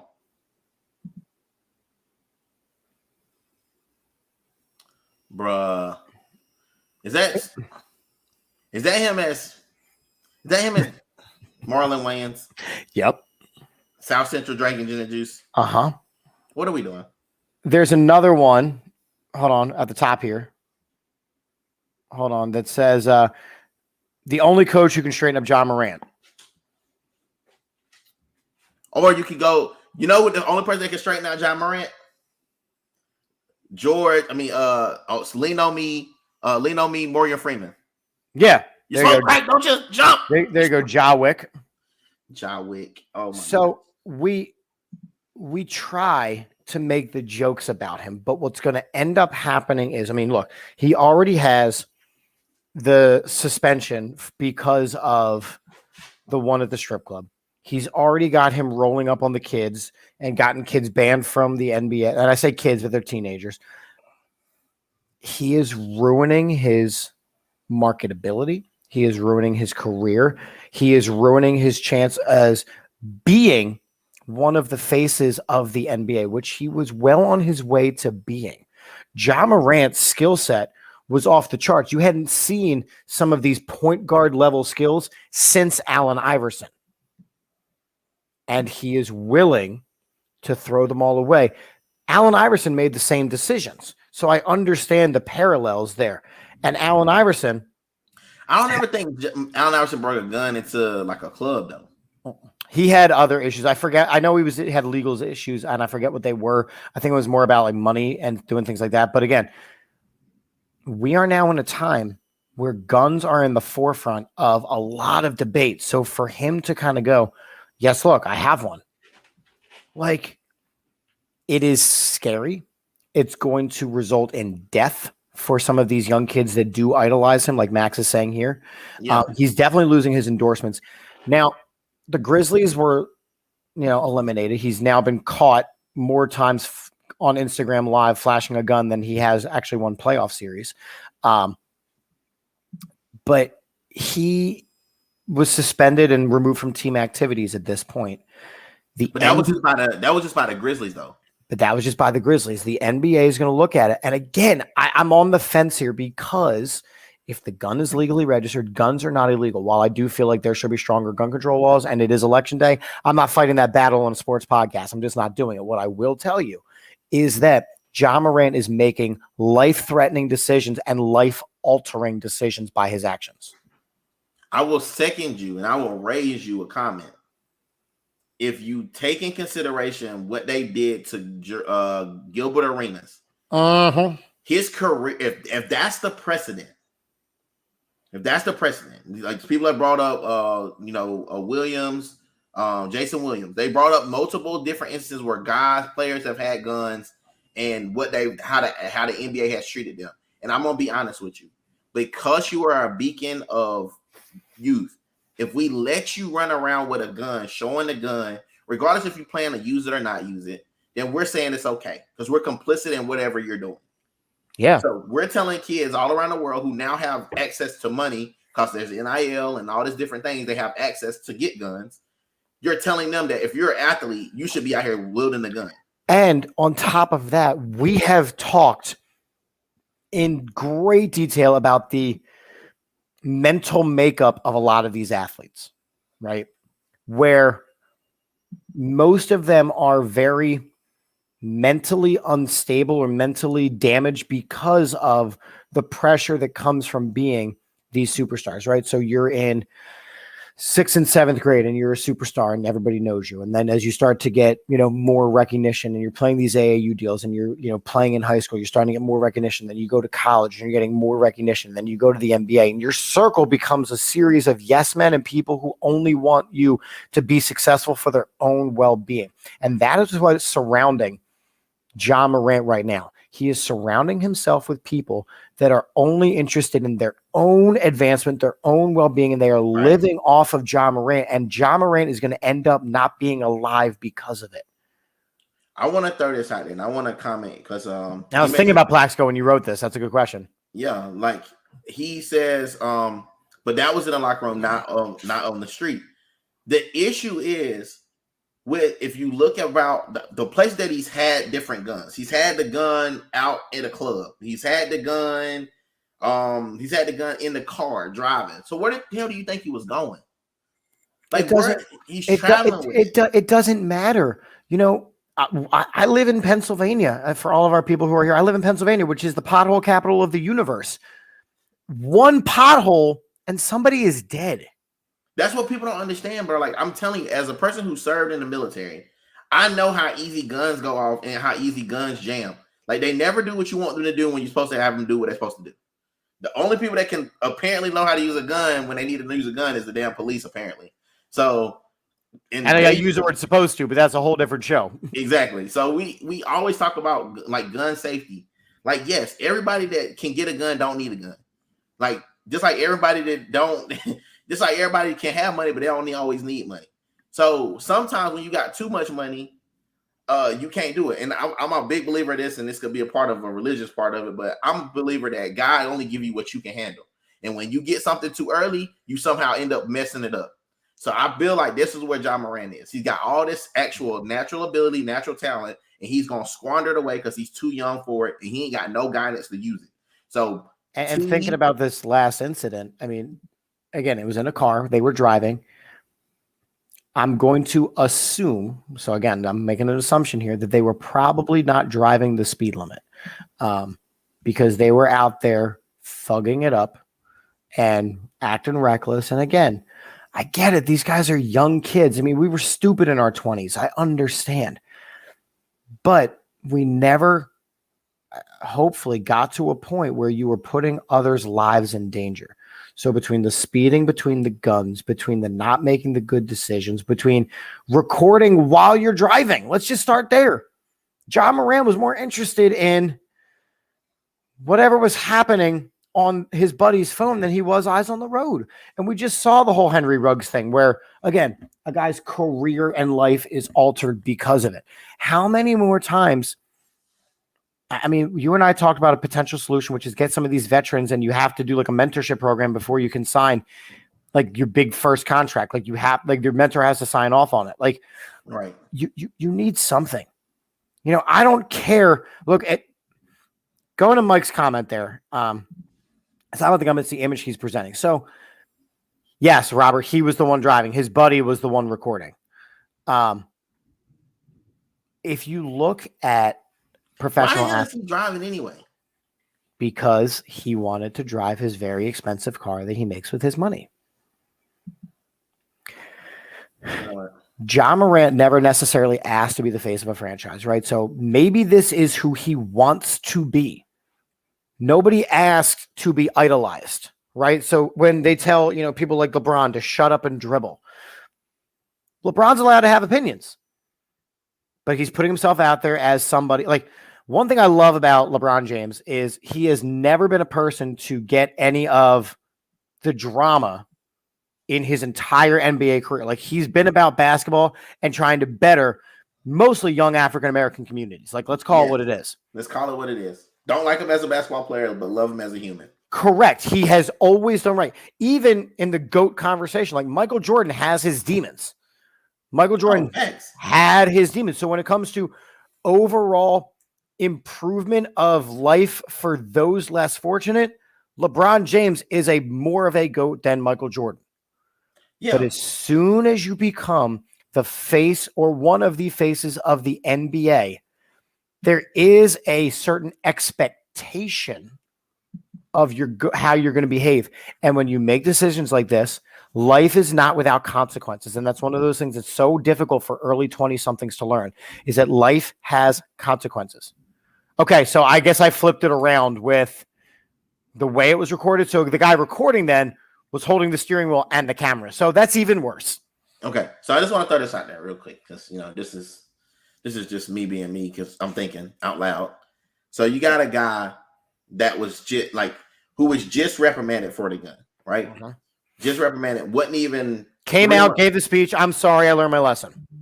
Now, in the past, we've seen guys who do these there are repeat offenders of the same situation. One is the guy that continued and he can't stop smoking weed. That played football. Josh Gordon. So these repeat offenders, that's showing you that you have an issue that a simple conversation can't fix. You need some actual help. And there's a thing called impulse control. That's a part. It's on that spectrum with ADHD. All right. Now, I'm going to throw this out there because, you know, I'm an educator. I don't care what it was his statement, Max. And this is the part of this where everybody needs to get on board. If you told me who you are, as a person, I have to believe you. If you show me who you are, I have to believe you. If T keeps showing me who he is, like instances after instance, the instance with Shannon Sharp and all these different situations that you keep being involved in, eventually there's a common denominator in his shoe. Like, we can blame all the other stuff. We can blame his environment. We can blame all his people. We can blame all that. But at some point, we have to blame him because you keep being the common denominator in these problems. Because they're writing the story like John Morant was involved in it. They're not going to write, oh, so-and-so, whatever, so-and-so little boogie boy, little boogie homie. They're not writing that. They're writing John Morant was involved in a gun-related incident or caught showing a gun. We don't care. You don't have no choice. And then I just want you to, I just want y'all to do this for a minute. If you remember all the times that when guys are grown, they make it, and they talk about the friends being such a huge impact. Yeah. If your dumb ass friend is letting you, who just got in trouble for a gun, have a gun again, they're not a friend to you. They're not a friend to you. I don't care if there's a kid watching this. I'm sorry for cursing, but if you're a kid and you letting your friend let you do something dumb, he ain't your friend. That ain't your man's. That ain't none of that. If y'all trying to ride, because the thing now is the drill music. That's the biggest thing, the drill music.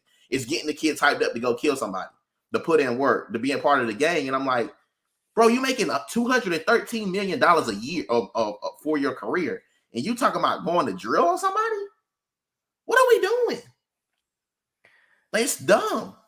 It is the issue with having a society that idolizes things like Grand Theft Auto, right?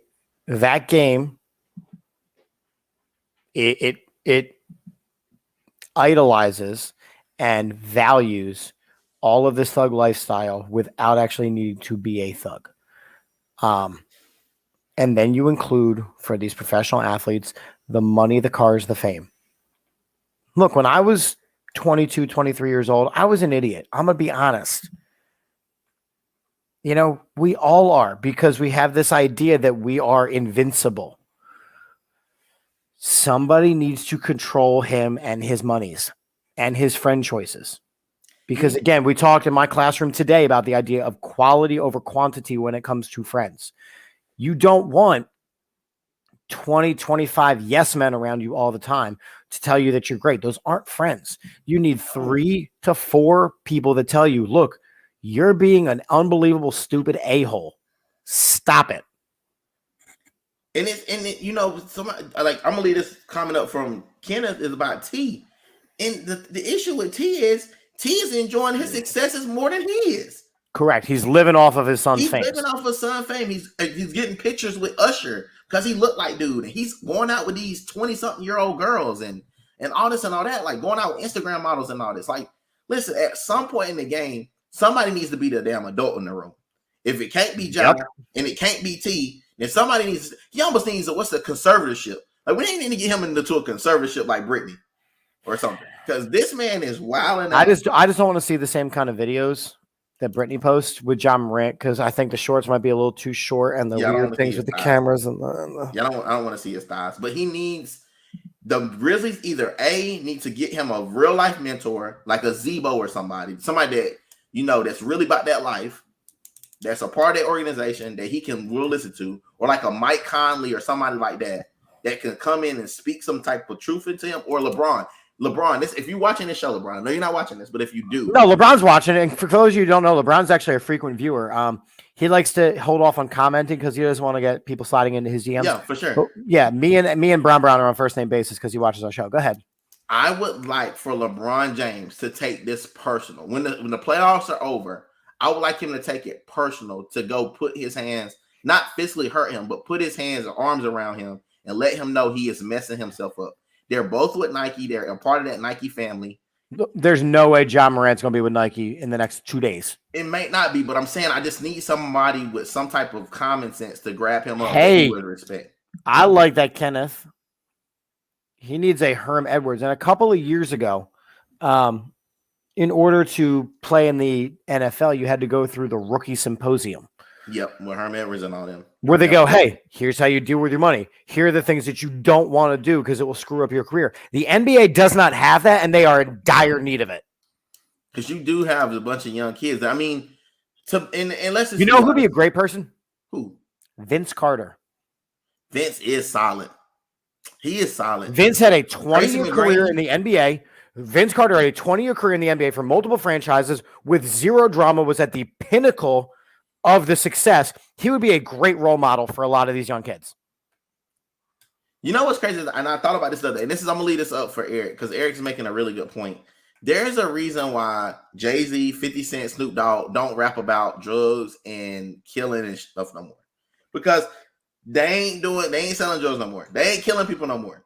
Like, they ain't doing that no more. Now I'm a CEO of a company. I'm out here getting it. At this point, Jai, you spend quite some time since you had to do some thugging.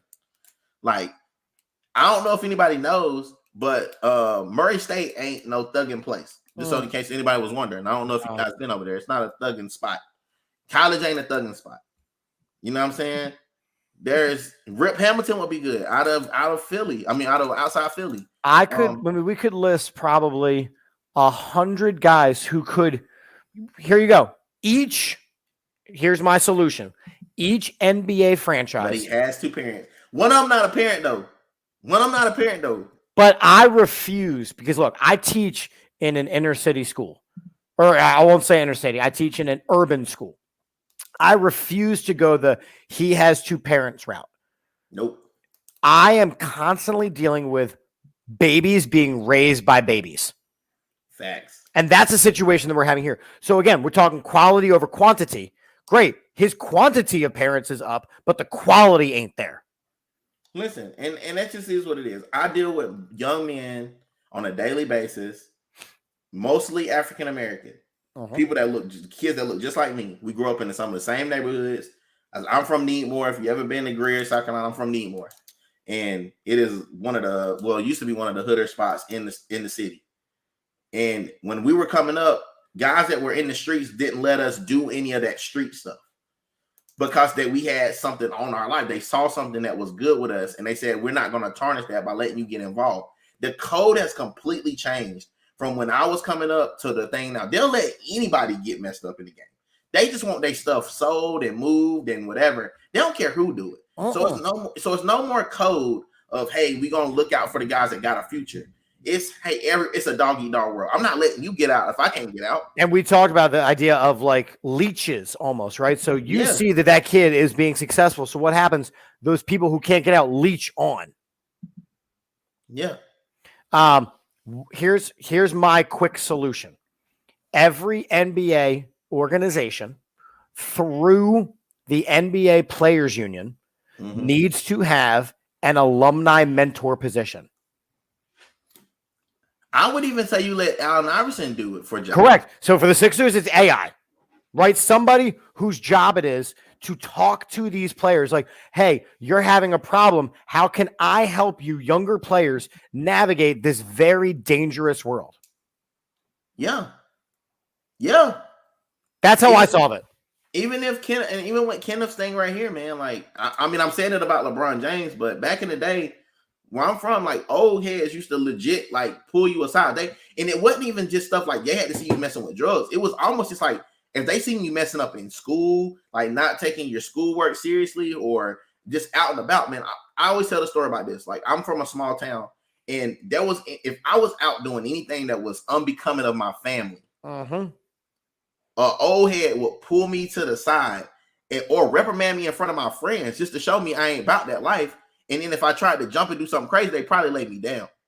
Yeah. So it was just a different level, a different pedigree. Or worse, they go home and they tell your mama. Yeah, or they just snitch on you. So at the end of the day, it was just different. People were held at a different standard. And I think it comes back to that, hey, kids raising kids, but it's almost just like people just don't care as much, man. They just simply don't care. Like it used to be, if one of us make it, all of us make it. And it's not like that no more. It's really not. It's everybody for themselves. It's like, hey, there's not enough food for everybody to eat. So if you get, you know what I'm saying? If you get like, you know what I'm saying? That's the old school. Like you're saying, like it's the old school. Like for me, even I coach my boys in high school, like a lot of them from my same place. Like I would never do anything to let them get in trouble. Like I'm hard on them. They probably be like, here come Coach Dean. He about to give me a hard time. But it's because I see something on you and I don't want you to mess yourself up doing something stupid. Like making a stupid mistake, even when it comes to females and how you guys treat women. Like, it's just everything comes with a price. Everything's got a price attached to it. And we're part of a civilization now, which believes in instant gratification, right? This is the social media. So how many likes does this get? How many viewers does this get? This instant gratification. Phones are programmed to keep your eyes on them. Phones are programmed to navigate the impulse centers of your brain that talk about addiction and the pleasure centers, right? They've done studies after studies on this. You're talking about a generation of parents who are more interested in their own social media personas than raising their children. Facts. And children are super resilient. So you're either hiding your children away or exposing them to way too much, and you're more focused on yourselves. And that's what I think we see here with the John Morant situation, where dad is more interested in himself and his social media persona as Ja's dad than taking a step back and going, man, my son really needs some help right now. And I don't know if it's drugs or alcohol. I mean, I can't tell if he's high or not. You know what I'm saying? Like, just because it's hard to tell from a 15-second video if he's high or not. But I will say this, that if you look at his behavior throughout the last year, it has been erratic, which are signs that there is some type of substance abuse going on.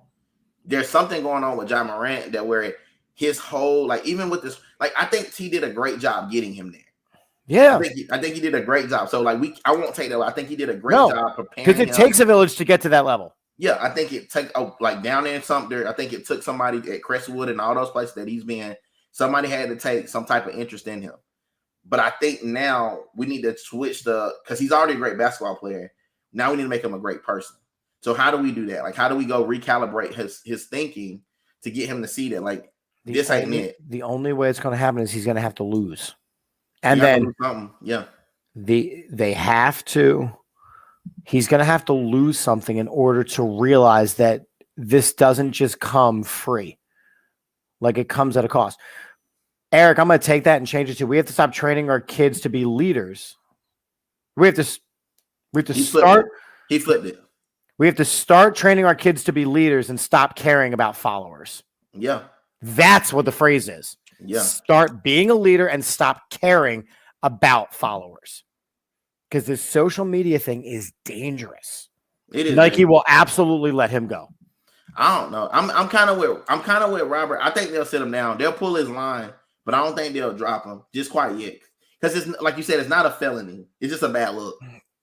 Right, but PR is everything. We live in a cancel culture now. So We PR do. is everything. But he's black, so like it's gonna be real hard to cancel him. Like I'm just gonna being real. Like I think that's what he would need. I think that will really set it. Well, Tiger was Tiger was the highest echelon of the entire sport. I mean, I'm not saying Ja far from that. Like though, They can repurpose Ja's money line and shoe line to a different up and coming player. They could, but I just don't know who you go get. Because at the end of the day, like let's say you drop him, and then a couple years from now he changes his game up, and then he goes to Adidas. Like they're gonna be hot. They much rather shelf him for True. a couple years and then just be like, hey, we're not gonna. But that's why so many of these deals have clauses about morality clauses. Yeah. I mean, I don't know what the clause is for John Morant. And sometimes they just say, hey man, all publicity is good publicity. But I hope that's not the case, and I hope he does get the help he needs. I mean, I know we've been rambling about the Sixers and about Ja, which we knew were gonna be the two biggest parts of the show. But I appreciate you guys sticking in with us. Robert, Al, Kenneth, Eric, Max, Adam, oh my God. Dude, I don't even know how many comments on this thing tonight, but man, you guys have done a phenomenal job. Doing this. He coming up. I'll put a free haircut up if you come to South Carolina. Listen, I'm with it. It's just I'm kind of due. I mean, we got this rocking underneath right here. Listen, I need a haircut. Robert is my barber. He's been my barber for I can't remember. So I need to go see him because I'm looking kind of peasy, but I've been trying to hold on, boy getting kind of thin up top. So I'll try to hold on to it as much as possible. But thank you guys for coming in. I mean, Al, you got any final thoughts? Chip, I know we got an hour and 45. My final thought is it's the same thing I've been saying to my students for the last couple of weeks. It does not take much to be a decent human. Facts. Right? That's it. So look, we understand that it's easy to rag on one another, and sometimes it's easy to put hands on people because they're talking about stuff. We know it's easy to make those bad choices, but it is easier to just be a decent human being. You don't know what someone's going through. So we covered the whole gamut tonight. We talked about people losing their minds and assaulting umpires. We talked about, the Sixers and all the things they need to do. We talked about John Morant and how, but all of these things in society can be circled back to, if you're just a decent human, you'll be amazed how decent the world can be to you. Yeah, I'm with it, man. I think my takeaway for the night is just this as easy as you got it, you can lose it just as quickly. I've seen it too many times. Like somebody mentioned Len Bias earlier. I think it might have been Kenneth mentioned Len Bias, and he was touted back in the day. If you guys remember Len Bias was touted higher than Jordan when they were drafted. So that was a guy who took one night of just doing drugs that he never had done before. Yep. Apparently, ended his whole life. It's a dream. Like we don't even know what would have happened with him. But I just think our kids I just don't want people to keep ending up as these cautionary tales. The last thing we keep hearing is cautionary tales. I'm tired of cautionary tales. I'm tired. I want to hear some success stories where guys really, they didn't have to do it. Like I can't stand LeBron as a basketball player, but I love him as a man and for what he's done for the sport and what he's done for black kids or kids in general. It's amazing. Yeah. He hasn't been involved in any real problem stuff. He hasn't really ran around on his wife that we know of. He's just been the natural. He's been the face of basketball for 2 decades. Yeah. I mean, as much as you can hate him all you want. I mean, I've already a basketball player, but as a businessman and as a mogul, he's done his part. And because of it, you kind of got to respect them. So I think as long as some of those guys come back, wrap their arms around guys like Ja, some of these newer guys, Tatum, some of those guys like that are really up and coming, and make sure that they stay on the straight and narrow path, like we're going to be headed in a good spot. But the more and more they continue to let Ja make these mistakes, it's hurting what we got going on. It really is. Yeah, it's tough to constantly hear cautionary tales and define that the exceptions are the ones like LeBron who are doing it right. LeBron should not be the exception. He should be the rule. He should be the rule. He should be the rule. I mean, and unfortunately, there's been some guys, man, but just like as far as like doing it for as long as he's been doing it and doing it as like Steph is a great guy too. People do not talk about how he was involved. Like all that stuff was going on around him with his mom and dad, and he just was kind of keeping it steady.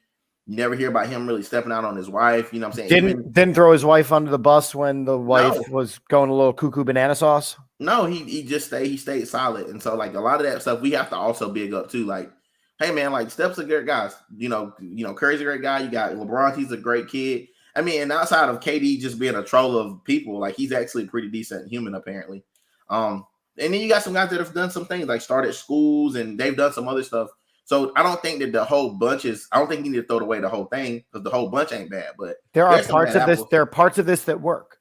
Yeah, there's some bad apples in there, but but they just gotta make sure they don't spoil the whole bunch. So, hey man, where can they find you if they're looking for you, Chip? They find me first off. They can probably just find me on the baseball field. Thanks. Because I live on a baseball field. I'm at Chip for the Birds, where I do a lot of my Eagles chattery, and I'm at Umpire Stories, where I talk about baseball related things. I don't know if tomorrow night or Thursday night we're doing our AAT Birds weekly report, where we're talking about all things relating to the Eagles and the great mini camps that the Eagles players are having. But that's what I do. And again, if you have any baseball related questions, hit me up because I am in the process of trying to become a professional Major League Baseball umpire. I'll keep y'all updated on my journey. Hey man, I'll be praying for you on that thing. If you guys can find me at D2M Pods, and you guys can find me at KKS_TM. And my name is under the obvious outsider. Guys, I'm so super excited. We're about in June. So June for me means basketball is back. We start doing all of our team camps. So if you're in the Greer, South Carolina area, man, these Yellow Jacket basketball boys are going to be on fire. We have a chance to be ranked very, very high coming into the season next year. We return everybody. We're not losing any players, and we had a really good run last year, so I'm super excited. But we start that journey to get into Columbia. If you know what that means, to try to win a ring. So we start that in June. So I'll be taking a little time to do that, but we'll still be doing our weekly shows. So just when we think of it, yeah, we've been good. We've been good for the last like 6 weeks, I think. So just let me know, man, and we'll go. Y'all going to state, coach? I hope so, man. I would really hope that we get to put a ring on those hands of those kids. They've been working really hard, making good decisions, working on their bodies and stuff. So we're excited about it. And so you guys just keep us in your prayers and in your thoughts as we get ready to start working on this thing. And also keep Chip in your prayers and thoughts because that MLB becoming an MLB umpire is pretty dope, man. Yeah. Let's just see what happens. It's a Wimmage. All right, man. So until next time, we out. Peace. Bye. Okay, bye.